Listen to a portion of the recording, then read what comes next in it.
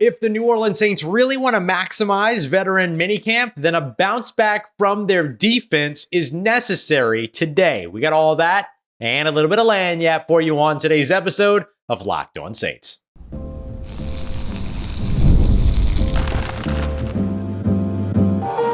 You are Locked On Saints, your daily New Orleans Saints podcast, part of the Locked On Podcast Network, your team every day. What is good, Who Dat Nation and Who Dat family? I am your host, Ross Jackson, New Orleans native, your New Orleans Saints expert and credentialed member of the media covering those New Orleans Saints as the senior writer and reporter over at Saints News Network. And on today's episode of Locked On Saints, we're going to tell you why I don't expect Ryan Ramczyk to play in 2024 and what the New Orleans Saints must do about that. We're also going to take a look at undrafted free agent Dallin Holker. His drop out of the draft surprised not only fans and analysts, but it surprised the New Orleans Saints as well. And to kick things off today, I'm going to tell you why a defensive bounce back would be best case scenario for the New Orleans Saints as veteran minicamps roll along. We appreciate you very much. As always, make it Locked On Saints your first listen of the day every day, and for being an everydayer here on the show, which is a proud part of Locked On Podcast Network, your team every day. And today's episode of Locked On Saints is brought to you by Game Time. Download the Game Time app, create an account, and use the promo code LOCKEDONNFL for $20 off of your first purchase. Terms apply. If the New Orleans Saints absolutely want to maximize the minicamp process, 3 days, Tuesday already done, Wednesday, today, and Thursday are the final two practices of minicamp, a defensive bounce back today, I feel, is necessary. Here's why.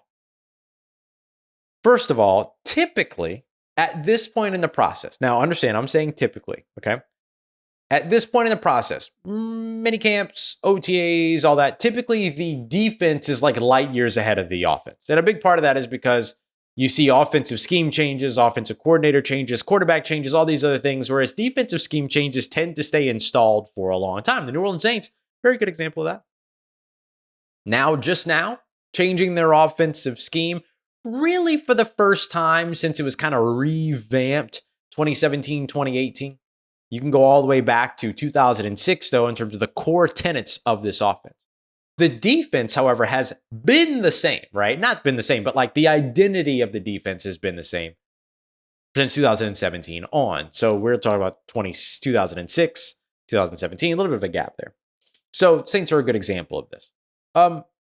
So seeing the defense not really kind of steering the ship right now, and it kind of feels like the offense is steering the ship at the moment, kind of shows that the offense is maybe a little bit further along than you would normally expect the offense to be at this point. So the defense getting a grasp on things, the defense kind of adjusting to things, is something that kind of makes sense with the typical sort of rhythm of what the early spring offseason, early summer offseason activities typically, usually look like. I keep saying typically, sorry. The other part of it is that if this offense really wants to find out how good it is, it needs to be tested.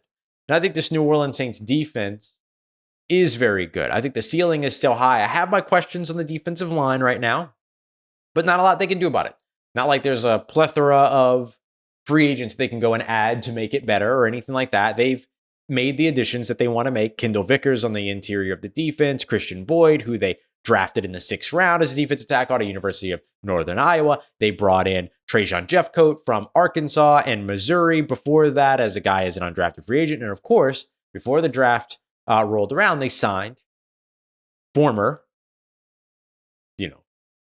top level pick when it comes to the NFL draft in Chase Young to add to their edge rush group, along with a healthier Cam Jordan than he was able to play last year and another year under his belt for Carl Granderson. So there are things to expect to be better here in 2024. It's just hard to see it during training camp, during minicamp, during OTAs, where especially during OTAs and minicamps where there's not even pads, let alone the fact that nobody's hitting anybody, right? You can't have contact in these. And unlike some teams around the NFL, we've seen lately, the Saints have stuck to that very well, as they always do. So I think that the defensive line is just the biggest question mark, just because I have questions that they're simply not able to answer at this point. It's not their fault. It's just a part of the process. So for me, what I'm looking at is now that you've got Marshon Lattimore back, now that and he's got another day. He said he was trying to get used to the heat. Yeah, buddy, aren't we all? Aren't we all? We're all grateful that we'll be in California for training camp and out of this weather and all those other things. Right there with you, Marshon. But along with him, you also got Paulson Adebo back on Tuesday. You've got Alontae Taylor back working in the slot. Those guys were all moved around the last 2 weeks of OTAs because Marshon Lattimore didn't participate in OTAs. And then Paulson Adebo was gone the final 2 weeks of OTAs, or at least the final 2 days of OTAs that were open in media. Let me say it that way. So now you've got your secondary back, right? You're still working on trying to figure out who that safety is going to be next time, Mathieu, although it very much looks like it's going to be Jonathan Abram. You've got your linebackers, all that. So I think that the thing that would be really good for the Saints today, as they get back out on the field for minicamp, don't forget, we'll have another episode for you later on today, recapping the headlines from today's minicamp practice. But I think the best case scenario for New Orleans right now, going into today, is to see that sort of defensive rebound. I think that goes a long way for him. It challenges Derek Carr. It challenges Chris Olave, who just had an excellent practice. It challenges Rashid Shaheed, who just had an excellent practice. It challenges Alvin Kamara, who's going to learn pretty quickly how this offense works. Not really worried about him at all. But as he gets up to speed, he's only going to get better. And he's only going to be utilized in many more ways, or in more ways that kind of satisfy what it is that he does well, or that kind of elevate what it is that he does well in an offense. And so things are just going to get more challenging for the defense. And so I'd like to see the defense kind of rise to the occasion here today to kind of say, hey, iron sharpens iron, we're here too, kind of a thing, and establish that dominance. I think we saw, or not dominance, but establish that presence, that competition, that challenge, all the things that make both sides of the ball better. The final week of OTAs that was open to media, we saw an offense start off really strong and then a defense rise to the occasion, kind of like halfway, midway, 2/3 of the way through practice. And I think that moments like that are important. You need the back and forth. You need the ebb and flow. It's one of the reasons why I credit Marshon Lattimore for his first day of practice, because during 7-on-7s, gave up a big touchdown catch down the left sideline on a beautiful throw from Derek Carr to Chris Olave. But then later on, when it came to them working the situational drills, less than a minute trying to get into field goal range at the end of the first half was the situation. He came down and clamped up on Chris Olave, knocking a pass away on a jump ball opportunity. And so you want to see that, right? You want to see that ebb and flow, that iron sharpens iron, the back and forth between these two sides of the football. And I think that today is a big and important day for the defense to be able to kind of establish their place in that back and forth. We've seen the ebb or the flow, whichever one you want to call the offense. Now we want to see the opposite of that, the ebb or the flow of the defense here, as this team tries to continuously make itself better on both sides of the football. Coming up next, Dallin Holker, who has, Colorado State tight end, went undrafted, signed with the New Orleans Saints. Everybody was shocked, from fans to analysts, that Dallin Holker did not get drafted. And it seems that shock didn't stop at fans and analysts. The team was shocked as well. So what'd they do to make sure that they got him? We got some details for you here as we continue on with today's episode of Locked On Saints, part of Locked On Podcast Network, your team every day. Today's episode of Locked On Saints is brought to you by friends at Game Time, my number one destination to go for tickets, whether I'm buying them months in advance. Like right now, there are tickets on sale for the Saints and Titans preseason game, which is the final preseason game of the season for New Orleans. $3. $3 right now. And of course, maybe you live in Dallas or maybe you're out in Boston. You want to get some NBA Finals tickets. You can get them there. Maybe you're here in New Orleans and you want to sell your Matt Rife tickets. Good call. You can do that on Game Time as well. There's a ton of different things for you to check out, including even Essence Festival tickets that you can pick up on Game Time as well. Not just way in advance, but even hours in advance. And even in some cases, up to an hour after the event actually begins, with things like zone deals, flash deals, and much more. And of course, the last minute deals. You cannot beat what Game Time has to offer. So take all the guesswork out of buying your event tickets, your NBA Finals tickets, whatever it is that you're grabbing by using Game Time today. Download the Game Time app, create an account, and use the promo code LOCKEDONNFL for $20 off your first purchase. Terms apply. Again, create an account and redeem code LOCKEDONNFL for $20 off of your first purchase. Download Game Time today. Last minute tickets, lowest price guaranteed. All right, family. The New Orleans Saints may have landed in an absolute steal at undrafted free agency with tight end Dallin Holker for Colorado State. Not only did his fall out of the draft surprise fans and analysts, it surprised the Saints as well, but they were very, very happy to find ways to land him here in New Orleans. We appreciate you very much as always. Make it Locked On Saints your first listen of the day every day. Don't forget to go and check out the Locked On Sports Today 24/7 stream.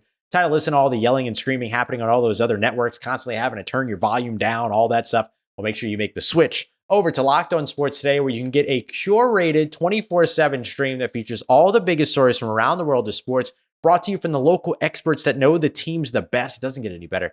Go check it out today. Locked On Sports Today on YouTube or on the free Amazon Fire TV channels app, part of the Locked On Podcast Network, your team every day.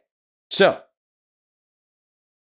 the New Orleans Saints landed Dallin Holker as an undrafted free agent. This is a guy that a lot of people considered a top 200 prospect, a top 150 prospect in some cases, and definitely considered him to be a draftable player.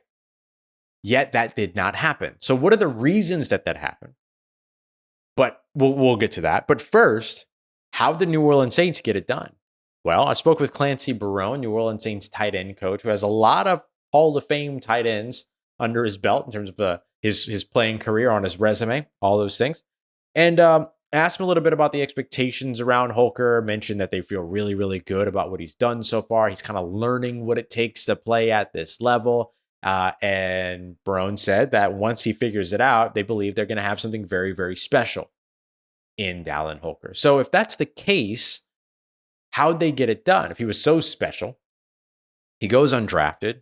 He had a lot of different teams that were after him to sign him. How did the New Orleans Saints get it done? Well, believe it or not, it came down to, or not came down to, right? Like Clancy Barone plays a big part in that. You have a premier developer with a premier developmental prospect. I think those two things marry well together. If you're Dallin Holker and you look at the usage of F-move type tight ends, i.e. tight ends that you can move around the line, you can move around the line of scrimmage, you can move into the backfield, all those other things. You look for teams that have a history of doing that. And hello, New Orleans tight end in the way that they've or New Orleans tight ends and the way that they've utilized guys and moved guys like Juwan Johnson around, the way that they've utilized and moved guys, of course, like Taysom Hill around, who technically doesn't carry the TE next to his name as he still carries the QB next to his name, which is still wild.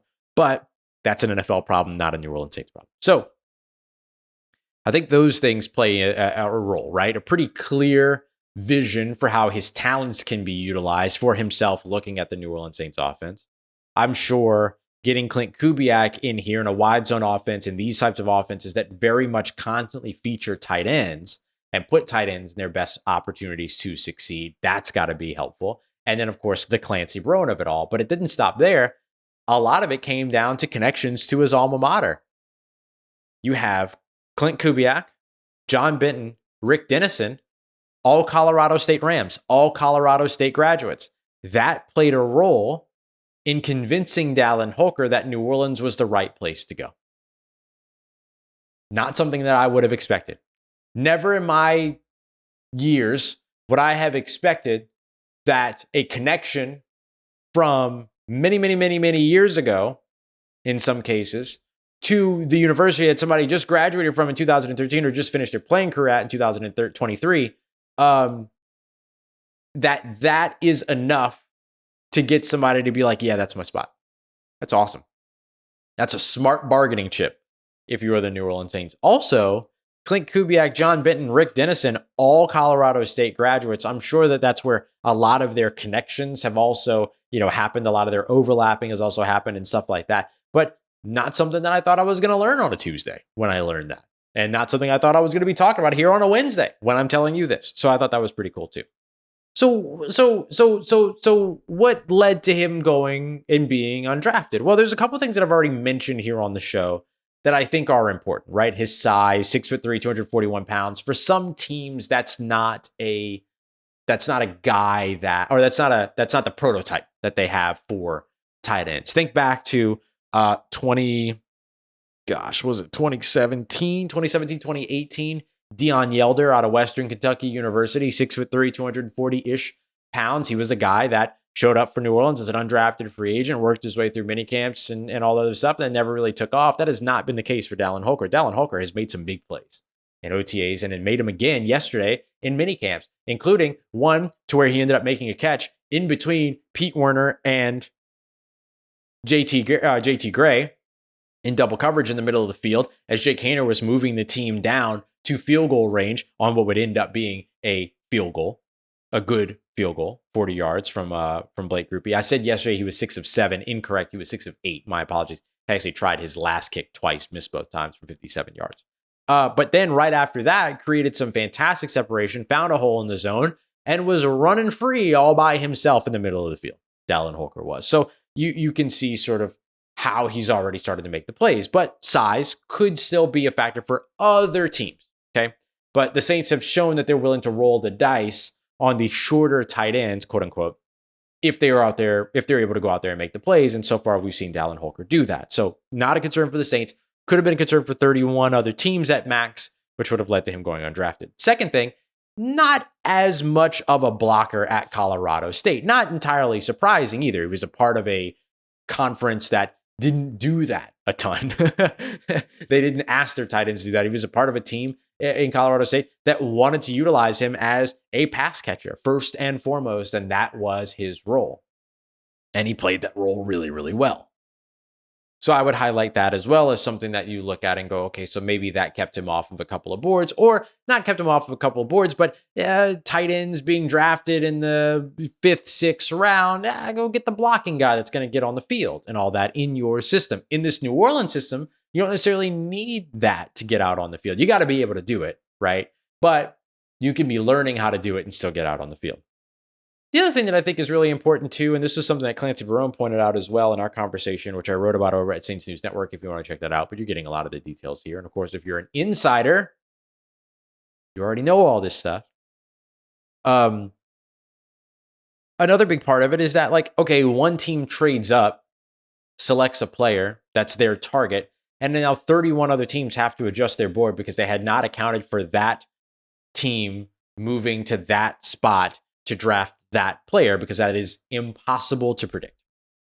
So 31 other teams adjust their boards, and then it happens again. 31 other teams adjust their boards, and then some team sticks and picks, but then they take maybe a pick that you didn't expect them to take. And now all of a sudden there's a run on cornerbacks, and every team has to jump in and go and draft those cornerbacks, blah, blah, blah. The ripple effect is massive, and the ripple effect tends to impact what we would call non-premium positions in the NFL. Premium positions are the positions that touch the ball the most. Quarterback, wide receiver, and then the guys that protect the ball being thrown, offensive tackles, and then the guys that try to tackle the quarterback or stop the quarterback from throwing the ball, defensive ends, and then finally the guys that try to stop you from completing passes, cornerbacks. So those are your 5 premier positions in the NFL, or premium positions in the NFL. Positions like safety, linebacker, running back, tight end, interior offensive line, interior defensive line tend to be looked at. I don't entirely agree with this evaluation, but they tend to most commonly be looked at as non-premium positions. So because of that, those positions end up getting a little bit of a big brunt of that ripple effect that ends up kind of pushing them either further down boards or, in this case, out of the draft. Think Joe Bacci years ago, linebacker, non-premium position, pushed out of the draft. That's another example of that as well. So Saints were able to get it done. They're very, very excited. They refer to him as their 8th round draft pick. And so kind of trying to elevate him as above the idea of being like an undrafted free agent player, like he was a draftable player that they're very happy that they ended up with. So I'm super excited to see him and his trajectory continue, because so far it's already been impressive. But if it's going to be very, very special, as Clancy Barone said, I'm excited to see that come training camp as well.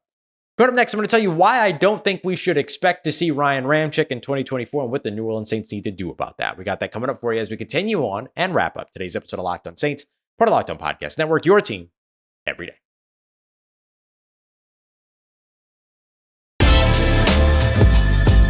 Let's get it, Who Dat Nation. I simply don't expect to see Ryan Ramczyk, New Orleans Saints former, I think it's fair to say now, starting right tackle out on the field here in 2024. Let's take a look at what the New Orleans Saints options are in terms of how they handle that. We appreciate you very much, as always, for being here for another episode of Locked On Saints. Don't forget, we are your team every day. So we're back here later on today with another episode, 15, 20 minutes, giving you all the highlights, high-level stuff from training camp, and then we'll get into some of the nitty-gritty stuff in tomorrow's episode. Today's nitty-gritty is some contract talk. So we got a little bit of the update that wasn't, is what I would call it, from Dennis Allen on Ryan Ramczyk. And when I say the update that wasn't, it's not because anyone's withholding information.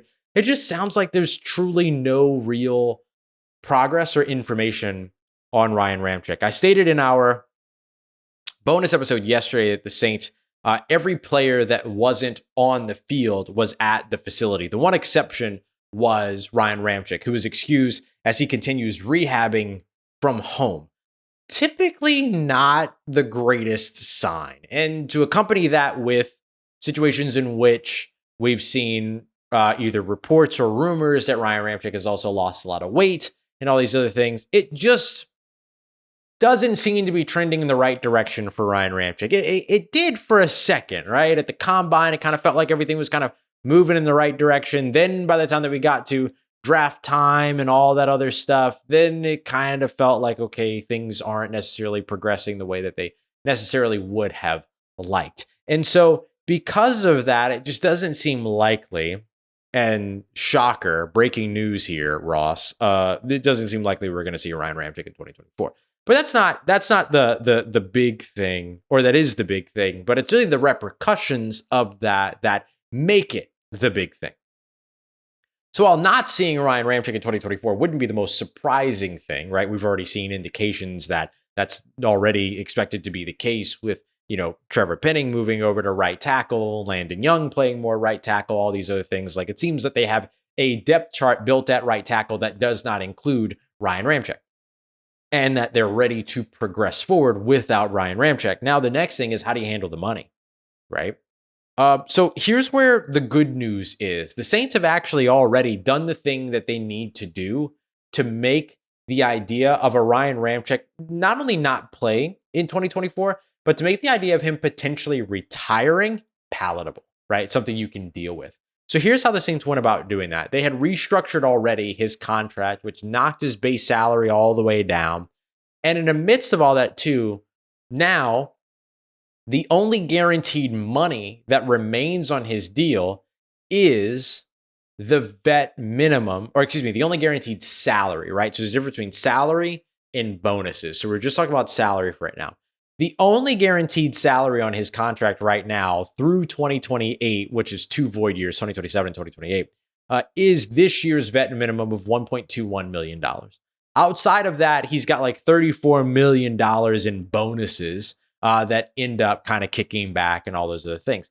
Had the Saints either had him retire before June 1 or made the decision to move on from him before June 1, all of that dead money, all those signing bonuses, all of that, $34 million plus the $1.2 million. So what do we want to call it? $35.3 million or so would have accelerated to like now, to 2023 and now 2024. And that would have been a big problem because at that time they had like $9 million of salary cap available. So that wouldn't have been excellent, right? You would have seen a lot of that money, sans about $12.3 million would have all accelerated. And then the Saints would have gone rut-row and they wouldn't have had anything to do about it. But now that they're post-June 1, there is the post-June 1 transaction of moving on from a player or a player retiring, which is effectively treated like a post-June 1 cut. Like, it's the same mechanics. So what would basically happen is that what the money that is due now is, which is about $12.3 million, would remain on the books. Now, it's money that's already committed, all right? In fact, $6.5 million of it was guaranteed all the way back March 15th for injury, okay? So no harm done. And then what it effectively does is that then it creates a balance that accelerates into 2025 salary cap situation that will be offset by about $18 million in cap savings. So it helps. It saves about $7 million next year and then has major cap implications for the team going into 2026, 2027, 2028. So it could help them out a ton. So really all the Saints have to do now is make the decision, or for Ryan Ramczyk to make the decision and the Saints to do what they need to do to process that. They're in the clear now. They've already restructured the deal. They have already made it past June 1. And so now all they have to do is make the decision this offseason. Things get a little bit, not terribly, but things do get a little bit more complicated if he doesn't make a decision this offseason and they carry it into next offseason. Do you process it earlier? Do you wait until post June 1 next offseason? How does that impact your ability to spend over the course of the offseason? Do you have to restructure the deal again with an $18 million base salary that's non-guaranteed? All those other things. Like there's just so much in terms of doing that you have to. Do you just guarantee the vet minimum of that again by restructuring it all the way down or renegotiating it all the way down? Whatever. Get it over and done with, right? Like I think that's the thing that becomes most important. And so we'll see where things go. There's no timeline. There's no progress either way, which means there's no progress, which means bad, right? Like you can say that it's not getting worse, but if you're saying it's not getting better, it's not getting better. And that's kind of the bottom line. So that's my big thing. Like what do the New Orleans Saints need to do?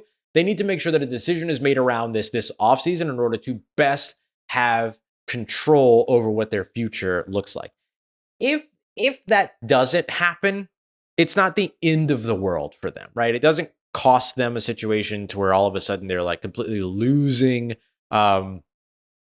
this opportunity, that opportunity. They're losing their minds, anything like that. Like all of it's going to help their $85 million cap overage for next season, no matter if it's taken care of now or if it's taken care of later. It's just you have a little bit more control of planning how you deal with it if you do it now, as opposed to waiting. Because what happens if you wait on it and then all of a sudden it's like, oh, wait, no, like things are going really well. I had a year away and now I'm feeling really good. Going to return to the field and then gets injured on the field. And then all of a sudden, like you have a whole other mess of problems that then come from that. Like it's not great.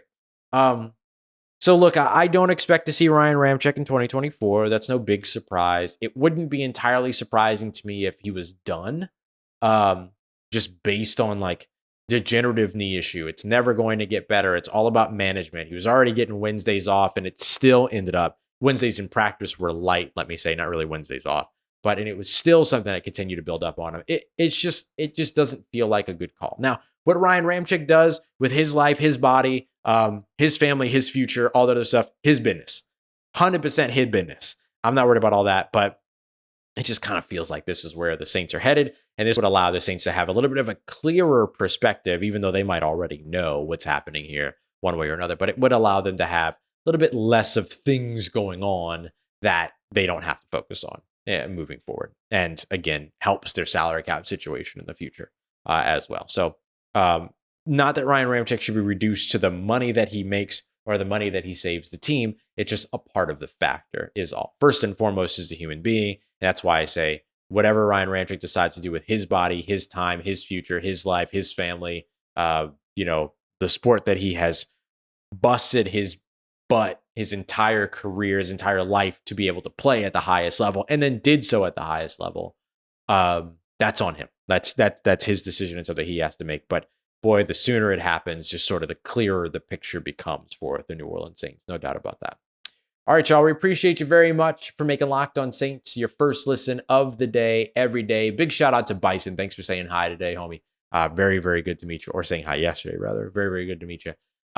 If you haven't already, make sure you go check out Locked On Sports Today, 20 to 25 minutes, hosted by Peter Bukowski, giving you all the biggest stories from around the world of sports. You also go check out Jake Madison over at Locked On Pelicans and what is sure to be a interesting Pelicans offseason as things begin to heat up as the NBA season finally comes to a close here soon with the NBA Finals. We appreciate you very much. As always, make it Locked On Saints a part of your day, part of your routine for saying yes to me and the show. As always, if you see me, please say hi. And if you need anything else around your New Orleans Saints in between these episodes, Make sure you follow me on your favorite social media at Ross Jackson, NOLA. Hit me up. Let me know how the family's doing. Let me know how you're living. Let me know how you're momming them. Trust Who Dat Nation. I'll holla at you.